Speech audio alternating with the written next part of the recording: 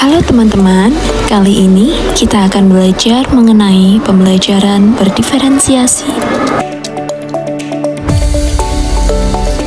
Ini adalah anggota kelompok kami. Kelompok kami terdiri dari 5 mahasiswa. Yang pertama, Alvina Rosyada. Yang kedua, Isna Rizkiani. Yang ketiga, Lailatul Firdausi. Yang keempat, Elviana Ari Wijayanti. Dan yang terakhir ada Nurul Zakina.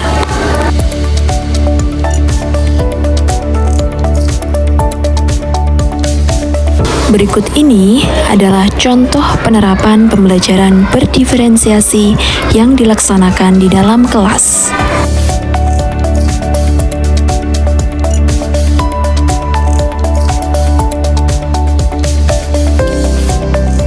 Pengertian pembelajaran berdiferensiasi. Menurut Tomlinson, pembelajaran berdiferensiasi adalah usaha untuk menyesuaikan proses pembelajaran di kelas untuk memenuhi kebutuhan belajar peserta didik sebagai individu. Jadi, pembelajaran berdiferensiasi merupakan serangkaian keputusan masuk akal atau common sense yang dibuat oleh guru dan berorientasi kepada kebutuhan peserta didik. Ciri-ciri pembelajaran berdiferensiasi. Menurut Tomlinson, pembelajaran berdiferensiasi memiliki 4 ciri, yaitu harus berfokus pada kompetensi dasar pembelajaran, evaluasi kesiapan dan perkembangan belajar peserta didik diakomodasi ke dalam kurikulum, pengelompokan peserta didik secara fleksibel, dan yang terakhir, pembelajaran berpusat kepada siswa. Pemetaan kebutuhan belajar siswa.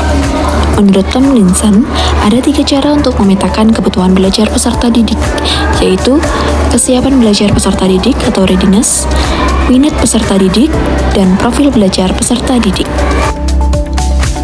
Keberagaman anak.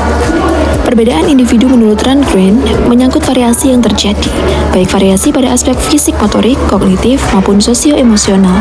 Setiap manusia mempunyai pola pertumbuhan dan perkembangan yang berbeda. Hal ini dapat dipengaruhi dari berbagai faktor, yaitu faktor dari dalam, berisi faktor yang ada dalam diri manusia itu sendiri, faktor hereditas, berisi bawaan atau warisan, dan faktor luar, berisi faktor lingkungan. Dengan faktor bawaan tertentu dan disertai dengan faktor lingkungan yang tertentu pula, maka akan menghasilkan pola pertumbuhan dan perkembangan tertentu pula. Contoh keberagaman siswa di kelas. Yang pertama, siswa dengan gaya belajar lebih suka mendengar. Yang kedua, siswa dengan gaya belajar lebih suka melihat gambar atau video. Dan yang ketiga, siswa dengan gaya belajar lebih suka mempraktikkan secara langsung. Keberagaman tersebut dapat dikaitkan dengan teori learning modalities. Ada 3 cara belajar siswa, yaitu auditory, informasi melalui suara, dan yang kedua ada visual, informasi melalui gambar, dan yang terakhir ada kinestetik, informasi melalui aktivitas fisik atau praktik. Perbedaan yang ada pada setiap peserta didik yang ada dalam kelas menjadi pertimbangan bagi seorang guru dalam merancang sebuah pembelajaran. Rancangan pembelajaran yang disusun dengan memperhatikan karakteristik setiap peserta didik akan membuat mereka fokus dan aktif dalam pembelajaran karena sesuai dengan minat dan potensi mereka, serta tujuan dari pembelajaran juga tercapai.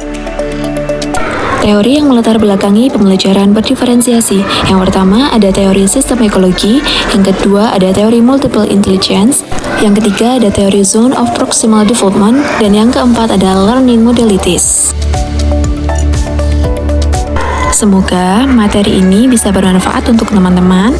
Terima kasih telah menonton video ini.